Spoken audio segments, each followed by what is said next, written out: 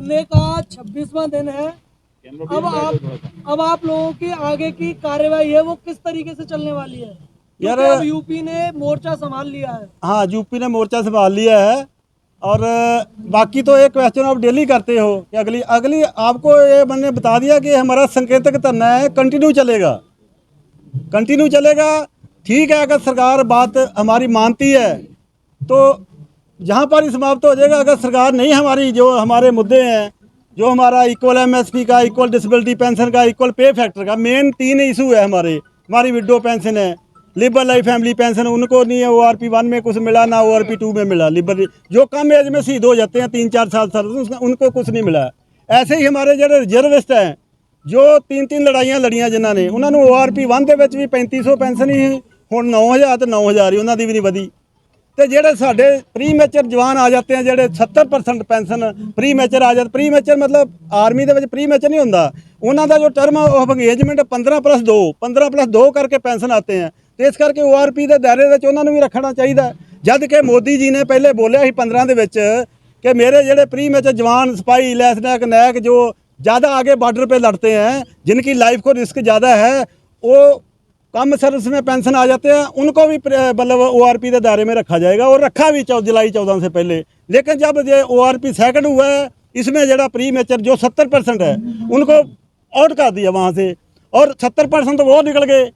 और जो हमारे JCO है, नायब सूबेदार ऑनरी लेफ्टिनेंट कैप्टन, उनको भी ORP से वांझे कर दिया। उनकी जो पहले वाले उनकी जो है अभी वालों से पेंशन ज़्यादा है, तो उनकी माइनस में आ रही है। तो 70% वो निकल गए, प्लस JCO निकल गए। तो बाकी केड़े रह गए? बाकी रह गए सिपाही तो हौलदार तक। उनकी पेंशन इसलिए बढ़ी है क्योंकि जो पहले वाले आए हैं वो नए वाले MACP का उनको बेनीफिट है, तो उनको भी MACP का बेनीफिट मिल गया। लेकिन आने वाला जो 24 के 3rd रिवीजन है, वो साडा सिपाही तो लैके ਤੇ ਆਉਂਦਰੀ कैप्टन तक ਜਿਹੜੇ ਆ ORP तो वांझे हो जाने हैं। जब कि ORP है ही कम सर्विस वालों के लिए थी, जो 35-40 साल में पेंशन आ जाते हैं। कोश्यारी कमेटी के मुताबिक ORP उनको मिलना चाहिए था, लेकिन हमारे अधिकारियों ने हमारा कट शो करके, हम भी JCO जवान जिन्ना उस टाइम अधिकारियों के पीछे ज़्यादा रहे, और हमारा कट शो करके अधिकारियों ने सरकारों को मिसगाइड किया, ब्यूरोक्रेट्स को मिसगाइड किया और खुद बेनिफिट लिए। जबकि उनको 58-60 साल नौकरी करने वाले को ORP एक्चुअली मिलना ही नहीं चाहिए था। ऐसे अगर अधिकारियों को मिला है, तो जो ये पैरामिलिट्री फोर्स वाले हैं, जो जिनकी पेंशन तक बंद हो गई है 2004 के बाद, जबकि ये भी तो बॉर्डरों पे रहते हैं, इनको भी तो ORP फिर मिलना चाहिए। इस करके वो जो हमारा हक है, हमारे अधिकारियों ने सरकारों को मिसगाइड किया है और ख़ुद बेनिफिट लिए हैं। और स्टेजों के ऊपर बोलते रहे हमारे जनरल कि हम जवानों के लिए संघर्ष कर रहे हैं जो 35-40 साल में घर आ जाते हैं। लेकिन जब टेबल टॉक हुई है, सरकारों को मिसगाइड किया, तो अधिकारियों ने बेनिफिट ली है। जड़ियाँ सरकारें भी हैं, ये भी संख्या बल देखती हैं। संख्या बल मानते हैं कि पहले अधिकारियों के पीछे था, हम उनके पीछे थे। लेकिन उन अधिकारियों ने जिनके ऊपर हमने विश्वास किया, उन्होंने हमारे साथ विश्वासघात किया, और सरकारों के साथ मिलके हमारा जड़ा जो हक सीने हैं, जड़ा 1 rank 1 pension, equal MSP, equal pay factor, आज तक जब से देश आज़ाद हुआ है, जितने भी पे कमीशन होए ने, 1 रेशो के पेंशन बढ़ती रही है। लेकिन इस टाइम जड़ी है अधिकारियों को 2.81 दिया गया और जवानों को 2.57 दिया, जिसकी वजह के नाल हमारे को ORP सेकंड के फायदा नहीं हुआ।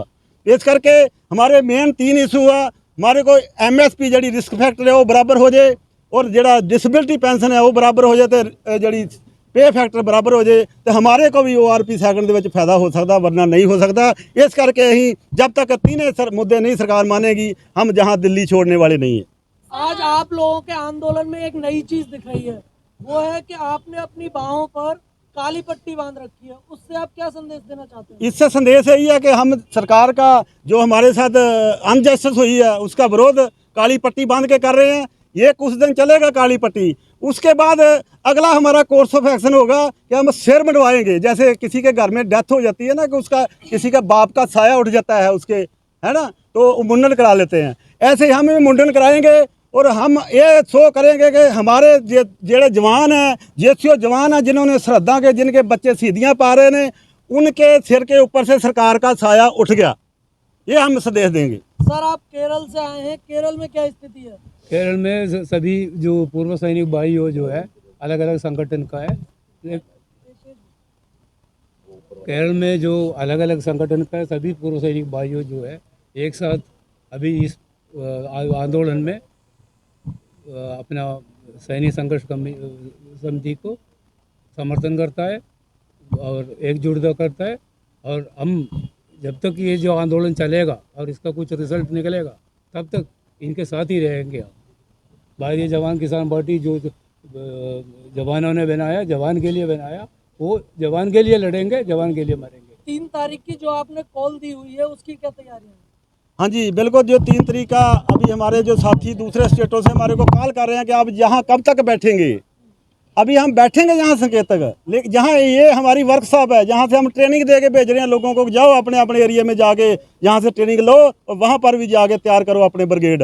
तो वहाँ पर तैयारियां चल रही हैं और 3 अप्रैल वाला जो कोर्स ऑफ एक्शन है पूरे देश दे विच सारे हरेक जिले दे विच साडे साबका सैनिक ਜਿਹੜੇ इकट्ठे होएंगे और शहर दे विच मार्च करेंगे ताकि आम पब्लिक को भी पता लगे कि हमारे फौजी, हमारे साबका सैनिक, इनके साथ सरकारां कैसे दुर्व्यवहार कर रही ने। ये अपनी हकी मंगां वास्ते रोडों के ऊपर घूम रहे हैं और रोडों हरेक शहर दे विच रोड मार्च किया जाएगा और डीसी ਜਿਹੜੇ ਆ हरेक डीसी ਨੂੰ ਮੈਂਬਰ ਨੂੰ ਦਿੱਤਾ ਜਾਵੇਗਾ। अच्छा, एक चीज और बताइए कि जो सरकार है, आपको 1 महीना होने जा रहा है, आज आपका 26वां दिन है, तो सरकार है वो आप लोगों से बात क्यों नहीं कर रही है? सर मैं आपको बताया ना, संख्या बल। सरकार को अभी धीरे धीरे पता चले। आज तक तो 75 साल में सरकार जितनी भी पॉलिटिकल पार्टियां आई हैं उन्होंने यही सोचा कि अफसरों के पीछे सब जवान है, हमारे को भेड़ बकरी समझा। लेकिन अभी हम जागरूक हो गए हैं अपने हकी मंगां वास्ते। सानू साडे अधिकारियों ने धोखा दिता। साडा सरकारां दे उत्ते रोस कम है अपने अधिकारियों के ऊपर ज़्यादा, जिन्होंने सरकारों को मिसगाइड किया। हमारे को विश्वास है कि सरकारों दे कन्ना तक आवाज़ जाएगी कि अभी संख्या बल हमारे पीछे है। हम लोग 97% है, अधिकारी 3% है। इस करके संख्या बल हमारे साथ, जैसे मछली जड़ी है ना पत्थर चट के वापस आती है ना, ऐसे हमारे जो भी जेसीओ जवान जो अफसरों के पीछे लगे हुए हैं ना, वो पत्थर चट के वापस आ रहे हैं, हमारे अपने जवानों के साथ आ रहे हैं। और हमारा संख्या बल हम सरकार को दिखाएंगे। अभी इसके बाद 3 अप्रैल वाले के बाद हम कोई इससे बड़ा कोर्स है। अभी तो हमने देश में जागरूकता लियानी है कि कितने ਜਿਹੜੇ ਸਾਡੇ जेसीओ जवान वीर नारियां ने दुखी ने सरकार तो कि उन्होंने बंदे हक नहीं मिले। ਉਹਦੇ बाद फिर कोई बड़ा कोर्स एक्शन करेंगे, हो सकता रामलीला मैदान को भरे ਜਾਂ कोई होर कोई ਇਹੋ ਜਿਹਾ एक्शन करें ਜਿਹਦੇ ਨਾਲ सरकार ਨੂੰ ਅਸੀਂ ਦੱਸ ਸਕੀਏ भी अभी संख्या बल अफसरों के पीछे नहीं है, हमारे पीछे है। अच्छा सर, आप लोगों की जो 12 तारीख की कॉल थी वहाँ पे देखा गया था कि 2 तरह से सैनिक संगठन बैठे हुए थे और उनमें एक सैनिक बेटा संगठन में हमने ये पहले से ही आगाह किया था अपने साबको सैनिकों को कि हमारे संघर्ष को तोड़ तार पीड़ो करने के लिए सरकारी एजेंसियां या अफसर हेडेड संस्थावां कोशिश कर रही ने और वो ही कोशिश उस दिन 12 मार्च वाले थी। लेकिन जो लोग आए वहाँ गलती से, जो भी आए वो 20 फरवरी वाले धरने को समर्थन देने आए, लेकिन गलती से बड़ी स्टेज देख के इधर आके बैठ के बाद में आके जाके उन्होंने बताया भी है। हमारे आज ही एक यहाँ से सोनीपत से आए हैं, एक टीम कहाँ है वो भी गलती ना गुमराह होके वहाँ चल गए, जबकि ठीक है हमारे को फाइनेंशियल हेल्प देना चाहते थे, लेकिन उस वाली स्टेज ने उनको गुमराह किया गया। गुमराह करके वो स्टेज उनसे मतलब गुमराह करके पैसा लिया गया। अभी वो संस्था इधर आई है, बोला हमने तो इनको नहीं देना था पैसा, हम गलती से हमारे को गुमराह किया, अभी वो पैसा इनका वापस नहीं कर रहे हैं। वो संस्था खाली असी पहले भी बोलते ही कि वो पोलीटिकल बेस्ड जी उस दिन 12 मार्च की तुसी देखा होएगा, उत्थे पोलीटिकल लीडर भी आए हैं। हमारी स्टेज के ऊपर आज तक हमारे को बहुत पोलीटिकल पार्टियां ने अप्रोच किया, लेकिन हमने किसी को आज तक स्टेज नहीं दी और ना ही देंगे। और इस करके ये पोलीटिकल जड़ियाँ एजेंसियां समझ लो या अफसर नहीं चाहते कि साडा जिहड़ा धरना कामयाब होए, साडे विच ਇਹੋ जी दराड़ पाउणा चाਹੁੰਦੇ। साडे ही जेसीओ जवानों ਨੂੰ गुमराह करके उन्होंने किसी किस्म का लालच दे के ते साडे अगेंस्ट जिहड़ा उन्हां ਨੂੰ वरत रहे आ। पर हुण साडे जेसीओ जवान ये गल समझण लग गया कि वाकई जिहड़ा वा ये कोई पोलीटिकल स्टंट हीगा जिहड़ा 12 मार्च का, तो वो मुड़ के पत्थर चट के ते वापस आ रहे हैं साडे। 12 मार्च को आप लोगों पे आरोप लगाया कि आप ढोंग ढकोसलेबाजी कर रहे हैं यहाँ पे बैठ के। मैडम आरोप तो लगते ही हैं, किसानी संघर्ष में कितने आरोप लगे थे, आरोप लगते हैं, लेकिन आरोप को हमने देखना, हमारे जवानों ने देखना कि कौन हमारी हकी मंगा वास्ते एक्चुअली लड़ाई लड़ रहा है, कौन पैसा इकट्ठा कर रहा है, कौन पॉलिटिकल मैलेज लेने के चक्कर में है। हमारे अधिकारियों ने भी 13 के विच जब रैली हुई मोदी जी की, स्टेज के ऊपर पूरे अधिकारी बैठे थे, हम लाखों की संख्या के विच उत्थे इकट्ठे हुए, लेकिन वह फायदा की किन्ना ने लिया? कोई MP बन गया, कोई राज्यपाल बन गया, कोई विधान सभा चल गया, कोई राज्यसभा चल गया, लेकिन उन अधिकारियों ने आज तक हमारा जेसीओ जवानों की आवाज़ उठाई लोक सभा दे विच, राज्य सभा दे विच? नहीं उठाई। इसे करके हमारे कोई जेसीओ जवान भी ऐसे संस्था हैगियां ने ਜਿਹੜੀਆਂ ਪੋਲੀਟੀਕਲ ਮੈਲੇਜ ਲੈਣਾ ਚਾਹੁੰਦੀਆਂ ਨੇ। ਪੋਲੀਟੀਕਲ ਮੈਲੇਜ ਅਸੀਂ ਇਹ ਸਾਡਾ ਸਟੇਜ ਨੂੰ ਪੋਲੀਟੀਕਲ ਨਹੀਂ ਬਣ ਦੇਵਾਂਗੇ, ਨਾ ਹੀ ਕਿਸੇ ਪੋਲੀਟੀਕਲ ਲੀਡਰ ਨੂੰ ਅਸੀਂ स्टेज ਸਾਂਝੀ ਕਰਨ सर जो ਦੇਵਾਂਗੇ। किसान आंदोलन में जो इस तरीके का आरोप लगा रहे थे वो बाहर के लोग थे, लेकिन यहाँ पर जो ढोंग ढकोसलेबाजी की बात करें वो आपके अपने लोग हैं। वो भी किसान ही थे जो उसमें किसानी संघर्ष ਵਿੱਚ ਵੀ ਕਈ ਕਿਸਾਨ ਜਥੇਬੰਦੀਆਂ ਸਰਕਾਰਾਂ ਦੀਆਂ ਏਜੰਸੀਆਂ ਦੇ ਵਿੱਚ ਘੁਸੇ ਜੋ ਆਪਣੇ ਆਪ ਨੂੰ ਕਿਸਾਨ ਜਥੇਬੰਦੀਆਂ ਕਹਿੰਦੀਆਂ ਉਹ ਵੀ ਕਿਸਾਨ ਹੀ ਸੀਗੇ। तो क्या हम ਲੇਕਿਨ ਵੇਖੋ ਵੇਖੀਏ ਗੱਲ ਸੁਣ, ਗੱਲ ਇਦਾਂ ਹੈ ਕਿ ਜਿਹੜਾ ਪੈਸਾ ਹੈ ਨਾ, ਪੈਸਾ ਬਹੁਤ ਕੁਝ ਕਰਾ ਦਿੱਤਾ ਹੈ, ਜਾਂ ਕੋਈ ਏਜੰਸੀਆਂ ਲਾਲਚ ਦੇ ਕੇ ਹਰੇਕ ਅੱਜ ਤੱਕ ਇਤਿਹਾਸ ਗਵਾਹ ਹੈ ਕੋਈ ਵੀ ਸੰਘਰਸ਼ ਚੱਲਿਆ ਉਹਦੇ ਵਿੱਚ ਜੈ ਚੰਦ ਬੜੇ ਹੈ, ਉਹਦੇ ਵਿੱਚ ਜਿਹੜੇ ਹਮੇਸ਼ਾ ਕੋਈ ਵੀ ਸੰਘਰਸ਼ ਦਾ ਵਿਰੋਧ ਹੁੰਦਾ ਹੈ। ਅਗਰ ਸੰਘਰਸ਼ ਦਾ ਜਾਂ ਕਿਸੇ ਪੋਲੀਟੀਕਲ ਪਾर्टी ਦਾ ਕੋਈ ਵਿਰੋਧ ही नहीं होएगा तो फिर वो पार्टी का विरोध तो होगा ही होगा। कोई बात नहीं, हमारे को उस विरोध की कोई चिंता नहीं है।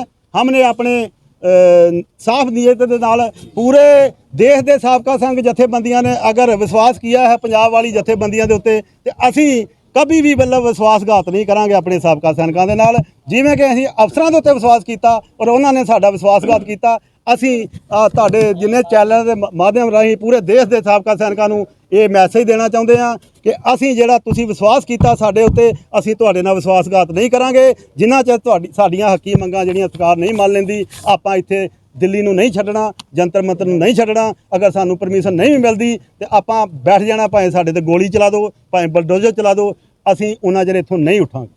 तो सर आज आपका क्या संदेश है देश के लिए? देश के लिए तो संदेश यही है कि जिमें कि मैं सारे देश ਨੂੰ ਵੀ ਕਿਸਾਨ ਜਥੇਬੰਦੀਆਂ, ਮਜ਼ਦੂਰ ਜਥੇਬੰਦੀਆਂ, ਬਹੁਜਨ ਸਮਾਜ, ਕਿਉਂਕਿ ਜਿਹੜੇ ਸਾਡੇ ਬਾਰਡਰਾਂ ਦੇ ਉੱਤੇ ਸਾਬਕਾ ਸੈਨਿਕ ਜਾਂ ਔਨ ਡਿਊਟੀ ਜਿਹੜੇ ਹੈਗੇ ਆ ਉਹ ਗਰੀਬ ਵਰਗ ਦੇ ਲੋਕ ਨੇ। ਗਰੀਬ ਵਰਗ ਦਾ ਹੀ ਜਿਹੜਾ ਬੱਚਾ ਹਮੇਸ਼ਾ ਜਾਂਦਾ ਡਿਫੈਂਸ ਦੇ, ਕਿਸੇ ਸਾਹੂਕਾਰ, ਕਿਸੇ ਅੰਡਾਨੀ ਬਾਨੀ, ਕਿਸੇ ਐਮਐਲਏ ਮੰਤਰੀ ਦਾ ਬੇਟਾ ਡਿਫੈਂਸ 'ਚ ਨਹੀਂ ਜਾਂਦਾ। ਇਸ ਕਰਕੇ ਉਹਨਾਂ ਨੂੰ ਸਾਡੀ ਮਤਲਬ ਇੰਨੀ ਵੈਲਿਊ ਨਹੀਂ ਹੈ ਕਿ ਇਹਨਾਂ ਦੀ ਲਾਈਫ ਕਿੰਨੀ ਟਫ ਆ, ਕਿਵੇਂ ਦੇਸ਼ ਵਾਸਤੇ ਸ਼ਹੀਦੀਆਂ ਪਾਉਂਦੇ ਨੇ ਜਵਾਨ। ਤੇ ਇਹ ਸਾਡਾ ਜਿਹੜਾ ਇੱਕ ਕਿਸਮ ਦਾ ਗਰੀਬੀ ਦਾ ਸ਼ੋਸ਼ਣ ਆ। ਇਹ ਜਿਹੜਾ ਅਗਨੀਪਥ ਵੀ ਯੋਜਨਾ ਆਈ ਆ, ਇਹ ਵੀ ਸਾਡੀ ਜਿਹੜੀ ਇੱਕ ਪੈਨਸ਼ਨ ਬੰਦ ਕਰਨ ਦੀ ਹੀ ਸਕੀਮ ਹੈ ਕਿ 75% ਜਿਹੜੇ ਆ ਪੈਨਸ਼ਨ ਬਗੈਰ ਪੈਨਸ਼ਨ ਤੋਂ ਹੀ ਆਊਟ ਕਰ ਦਿੱਤੇ ਜਾਣਗੇ ਤੇ 25% ਪੈਨਸ਼ਨ ਰਹੇਗੀ। 25% ਜੋ ਲੋਕ आगे सिलेक्ट होएंगे। तो ये भी एक पेंशन बंद करने की साजिश है। भारत माता की जय।